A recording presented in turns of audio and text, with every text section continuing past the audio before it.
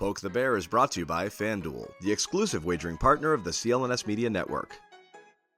And welcome into Poke the Bear, episode 159, presented by our good friends over at Fanduel. That's Conor Ryan. I'm Evan Marinofsky. Conor, what is up? Evan, I'm doing well. How you doing? Doing great. It is, we're almost in mid-August here. Training camp's coming soon. It's right around the corner. How are you? Are you doing anything fun the last couple free or quote unquote, free of hockey weekends of the summer? Anything cool? No, I feel like August is always like, it gets kind of hyped up as the last hurrah. Like, no, usually it's like the Sunday scaries of the calendar. It's like, yeah, you try to go hang out. It's too hot in August. There's not like as much to do. People are starting to get more busy with their schedules. I'm just hanging around, doing some Patriots stuff right now, but I don't know. I think August might be one of the worst months out of the calendar. Yeah, that might be a hot take. I know there's like January through March is a bit of a slog. Even April, a little rainy, but I don't know, man. Not a big fan of August. It's interesting you mentioned August because growing up, I remember like when you would have the summer vacation from school, June was awesome. And even May was great because, June was right around the corner. Then June school ends. And then July is, a great month. And then August comes and like August 1st hits and you're like, oh, I'm going back to school in less than like 30 days. Yeah, and the sort of the countdown to it. Yeah. Not yeah. good. Yeah. And it hits you. So I actually agree. Again, I wouldn't put August in the same category as, a January or a March. I love February because it's my birthday month. And March I also kind of like because March Madness. But yeah, August is very overrated. I think August is not as great a month as, it's sort of good because of the crew it's with. But I think if you just isolate August on it's own, sandwich. It's like that you always see that reaction post on Twitter where it's like the soldiers lined up at the door and it's the one clown. That's like August next to like July, September, and October. All elite months, in my opinion. Yes. But yeah, it's not that's where August kind of fits into the picture. Well, it's sort of like to do a Bruins one. Remember when Matt Bolesky was great going into his free agency year because he played with like Corey Perry and Ryan Getzlaf, and then he comes to the Bruins, he's kind of on his own, and he's not the same. That's kind of like August. You take it away from August gets carried by June, July, May. You want to throw September in there. They all kind of carry August. But yeah, I mean August. I agree. We're going to the Cape this weekend. Me and some friends, and excited for it. Definitely excited. Never gonna say no to the Cape. But it's getting to that point where it's like, all right, let's come on, let's go with this thing. So, anyways, thankfully, hockey is right around the corner. Lots of great stuff coming up in September, and it's interesting because Jeremy Swayman held a press conference on Tuesday about his arbitration hearing, and then the fact that he'll be back. And I had the comments up initially of what he said, but in your story, but Twitter like closes it after a second, and it's interesting though, because he's in Boston because he's been in Boston all summer because he says he doesn't want to feel the way he felt after Game 7 ever again. And we'll get into the arbitration stuff in a second once I pull the quotes up, but I think it's pretty encouraging that, your future, hopefully number one goalie felt so strongly about how bad things ended in the spring that he said, I want to stick around here this summer and just kind of keep the ball rolling. Yeah, no, I asked him that question in the presser because I think one thing that kind of stuck with me from the last time we spoke with him, which was on breakup day, one quote he had talking about kind of moving past this. I think it was like the highest peaks come from the deepest valleys, and how he kind of views that as, he was in his bag, he was spitting. But, stuff like that where it's, in taking this motivation and making the most of obviously what was a brutal ending, however way you want to paint it for this last season. And, it seems like he's really bought into it in terms of just, taking that next step forward, whether it's staying here a lot in Boston to train. He said it's probably the best training year he's had. And, it's not just the fact that it's good for a player to show that motivation and drive after a season that, was so promising for so long, just abruptly ends. But Bruins are also kind of going to need it, right? Like whether it's the need to have your defense and goaltending, take another step up when you're losing so much scoring depth, whether the fact that, Linus Ullmark's a very accomplished goaltender, but I don't think it's really fair on him to expect him to win a Vezina again or to play at that same level, those video game like numbers. So to have your number 2 goalie, who I think could be the number 1 for a lot of different teams, show that commitment this offseason by spending a lot of time in the gym, really working on his craft, it's encouraging, right? Like, I think it's when you kind of gauge how these athletes, deal with adversity or things when they go wrong, I think you always like to think that all these guys are just hardwired to just go right back to the gym. But when you have a season end like that, it takes a hit on everyone. But to have it be a situation where he's immediately gone to use it as motivation and drive moving forward, it's encouraging to see from a guy that you expect is going to be a big part of the team going forward. Yeah, absolutely, for sure. I finally pulled up I pulled up the arbitration quotes. It took me a second. It took me a little bit of time because you were like Dan Flashes, like trying to just trying to read between the lines. But anyways, Swayman said this, and I thought it was interesting about arbitration, and I think we're chuckling over the same thing. But Swayman said an interesting thing. He said, it wasn't a process I wanted to go through, but I understand that it's a business. Always fun when a player says it's a business, because I remember when Torrey Krug was going through his thing, the minute he said business, he said, oh, that guy is out the door. But I understand that it's a business, and in the end, I'm grateful I went through it because I have so many things to be grateful for. And then he went on to say, I think the biggest thing is living day by day, understanding that what you hear might not be the truth at all times. And again, it's a business. I wanted to make sure that whatever was thrown my way, I was going to be able to attack with a good mindset and make sure that at the end of the day, I was doing everything I could to be a Boston Bruin. Now I'm here today and I am a Bruin. I couldn't be happier. There's no ill will on the process because I understand that. I'm not the first player to go through it. I'm not the last, but I definitely don't wish it upon any of my friends and teammates moving forward, and I don't want to do it ever again as well. So grateful I went through it. Glad I got it done. I'm a Boston Bruin at the end of the day. That sounds like a guy, again, happy to be here. A little bit scarred from that. That's a big thing for a young player like him to go through, especially someone that you expect to be here a long time. Now, do I think that, should we be concerned that there's hard feelings between the two? No, but what was said was said. And I know it's a business, but sometimes in those negotiations, sometimes in those things, guys can react differently to the truth. And I think if you read between the lines there, of course he's happy to be here. Of course he wants to be here. But that just kind of sounds like a scarring experience for someone like him, and maybe a teeny bit of a blemish on what up to that point was a very good record of time here. Yeah, no, I mean, there's a reason why players don't want to go to arbitration hearings. There's really not much to be gained from it because, let's face it, there's very few cases in which I think when you list the different, what the team presents, what you present, very rarely do you actually get all of what you're asking for. You're going to fall somewhere in the middle. So you're already not going to get exactly what you're setting down there, which I know it's a strategy involved. You kind of overshoot anyway. I digress. But you're not going to get probably what you're hoping to get in terms of your pay. And you're going to have pretty much the team that drafted you, developed you, that you've devoted a lot of your time and effort towards, pretty much tell you why you're not worth that much money and reasons why.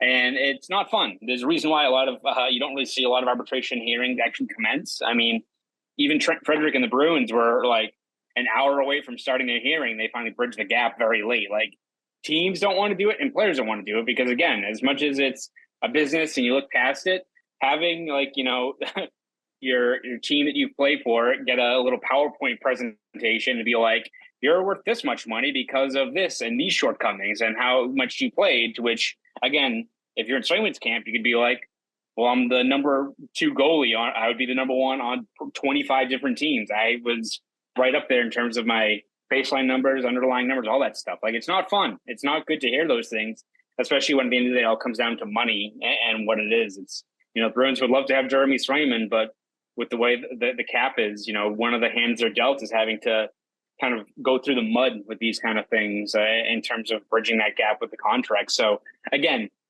every player reacts to it differently. Like, not much of a surprise. Jeremy Swayman did not enjoy it. I think he said later on, I don't wish it on my teammates or friends, maybe his enemies. I don't know. Maybe his enemies. He didn't say his enemies. So maybe he does wish it on his enemies. But is Jeremy Swayman going to be like taping the PowerPoint presentation slides to like his like ceiling to stare at them at night? Like, I don't think that's the case, but it's not fun. It's not great. And it's all about how you're building towards it. Again, this is just like speculating or riffing on my part, but if it's him signing a 1-year deal, maybe the concession there for having to go through that kind of ugly part of the negotiation process is rounding it back next year and actually giving him a contract with term security and especially a higher pay bump. Maybe that's a concession because, again, Bruins don't want to do this, and Jeremy Swayman sure didn't want to do that, and he made it kind of known in his latest press conference. Football season is about to kick off, and Fanduel is giving you the chance to win all season long. Because right now, when you bet on a Super Bowl winner, you can get bonus bets every time they win in the regular season. Just pick any team to win the Super Bowl, and you'll get bonus bets for every victory. You can use your bonus bets on spreads, player props, over-unders, and more. And frankly, that's the best part about FanDuel, is that you can bet on anything. You want to bet on how many touchdowns Mac Jones is going to throw this year? Be my guest. Maybe how many wins the Bruins are going to have in 2023-24. Go for it. You can really do it all. So bet now on an app that's safe, secure, and super easy to use. Plus, when you win, you can get paid instantly. So visit FanDuel.com/Boston and start earning bonus bets with America's #1 sportsbook. That's FanDuel.com/Boston.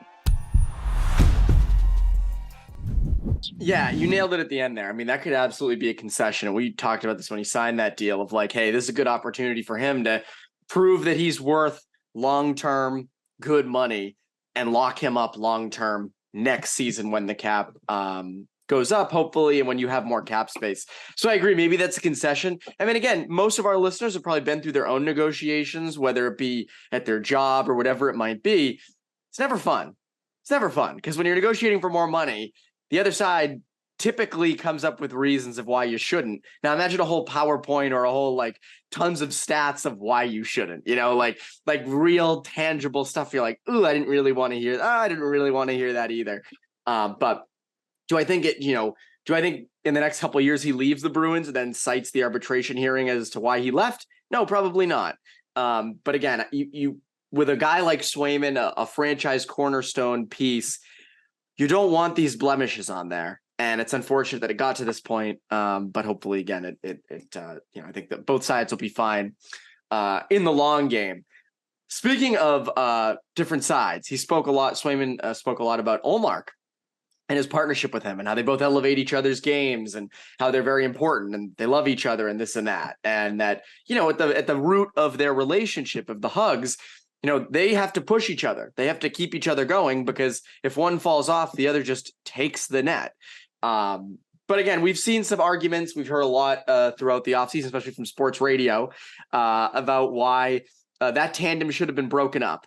And, it's funny going into this offseason, if the trade market wasn't as bad as it was and the Bruins had a little more cap space, I'd have been okay with trading Ullmark.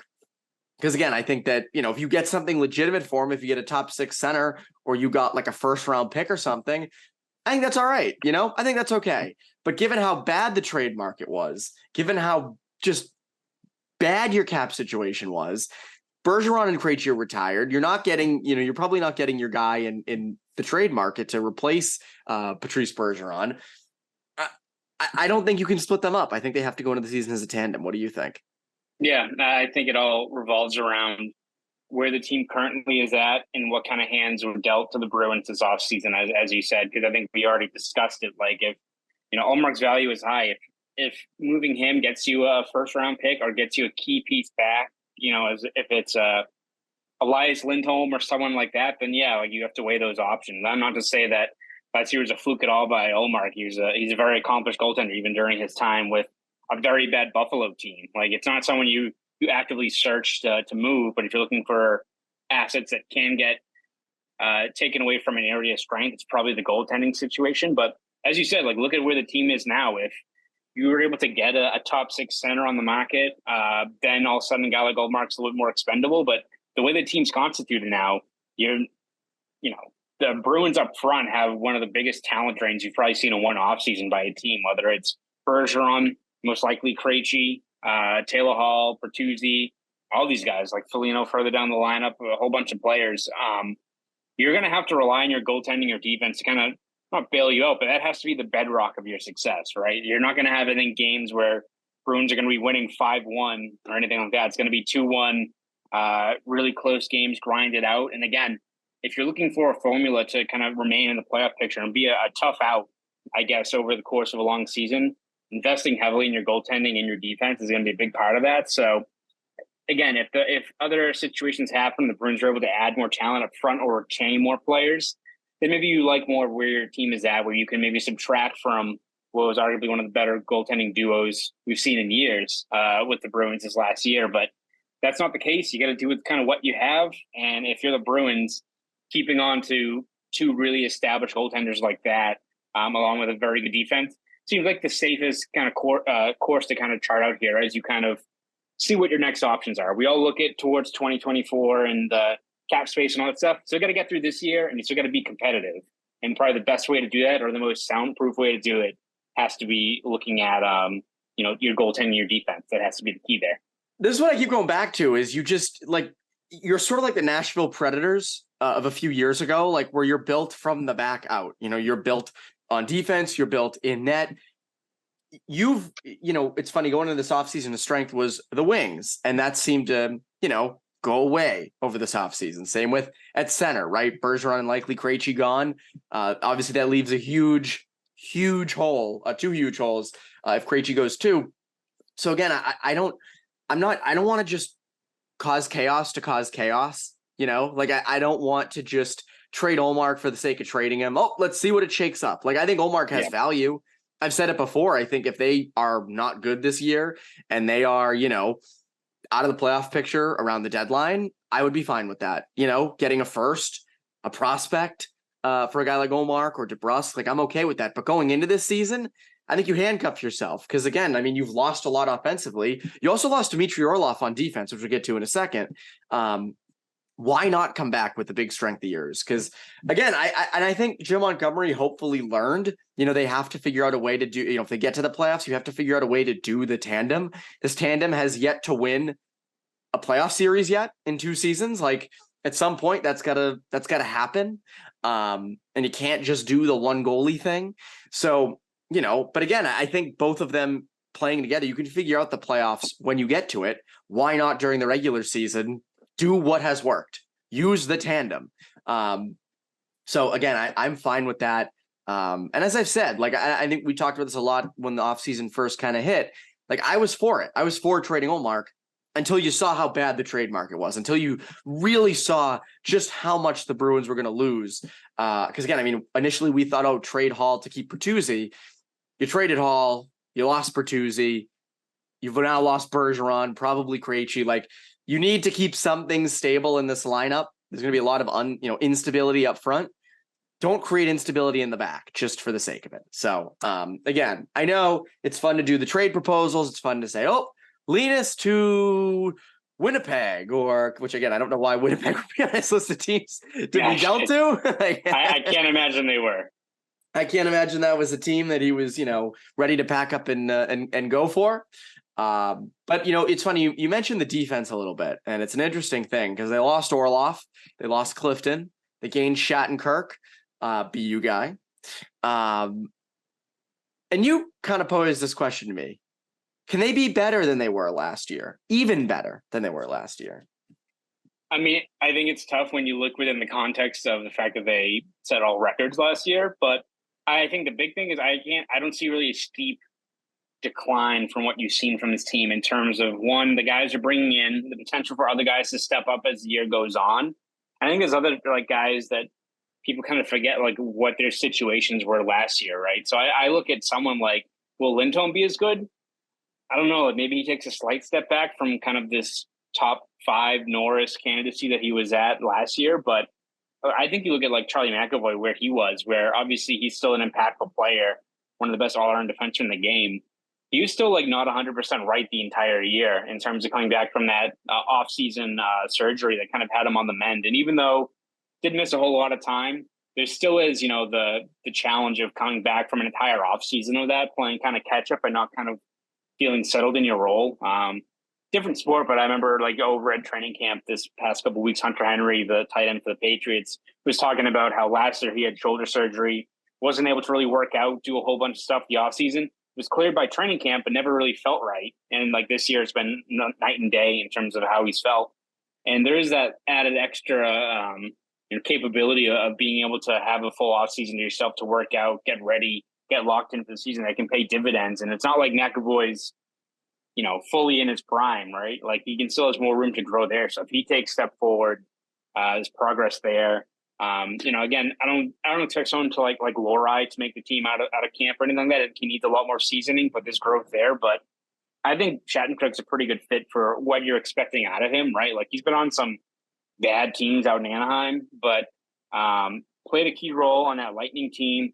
I think for what his role is going to be, it's kind of how we talked about with all these free agent signings and where they fit for what their roles are. If Shattenkirk, who's a top 4 guy in Anaheim, is relegated to more to a third pairing guy in a reserve role, but has the ability to get some power play minutes, can be kind of a physical player. I think there's value there. So I don't really see like a steep drop off necessarily in terms of where the Bruins are defensively, especially in their own zone. Like I think obviously you'd love to have Orlov, but I kind of found that Orlov's bigger impact was offensively, which is not what I think a lot of us expected. So if you still have a sound structured defense in front of you and barring injury or a steep drop off from Ullmark or Swayman, like you're going to have a top 5 defense again, if not top 3, right? Like they still don't look like they have the pieces that are due to drop off or weak links in the armor or anything like that.